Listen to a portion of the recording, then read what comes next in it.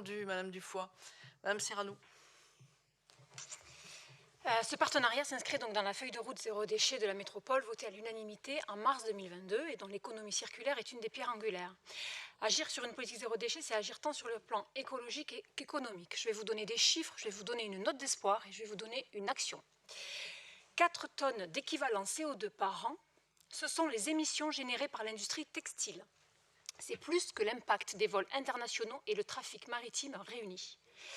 La matière la plus produite, le polyester, 60,5 millions de tonnes en 2021. Et aujourd'hui, 70% des fibres synthétiques proviennent du pétrole.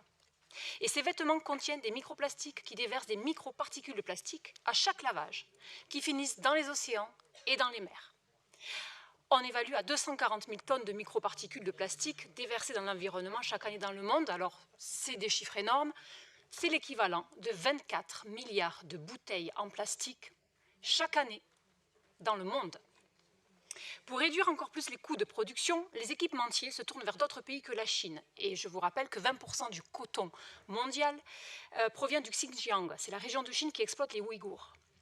Le salaire moyen d'un ouvrier dans le secteur textile au Pakistan est de 0,55 $ par heure. Et les exportations pakistanaises représentent 91% du marché nord-américain et européen.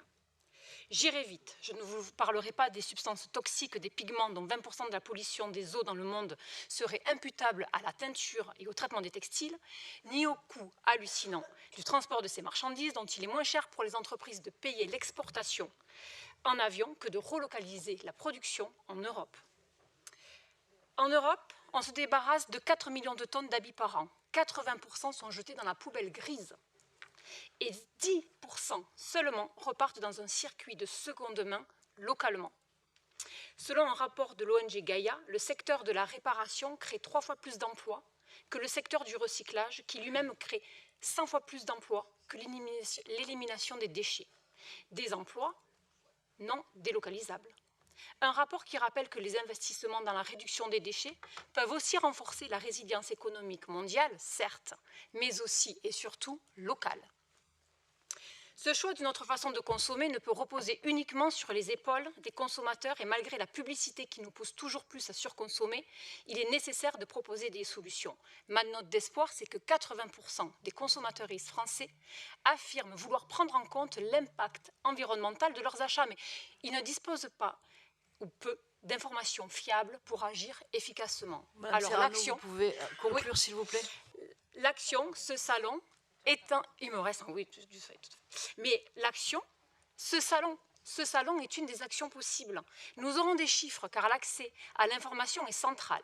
Mais nous aurons également et nous proposerons des solutions locales, des outils et des moyens concrets, comme l'a rappelé Caroline Dufoy, pour changer notre façon d'appréhender le monde et l'habillement, pour une mode éthique, durable et surtout solidaire. C'est le week-end du 9, 10, 11 juin. Venez. Je vous remercie. Merci. Est-ce qu'il y a d'autres prises de parole? Non. Ne peuvent pas prendre part au vote Monsieur Chartier, Madame Emad.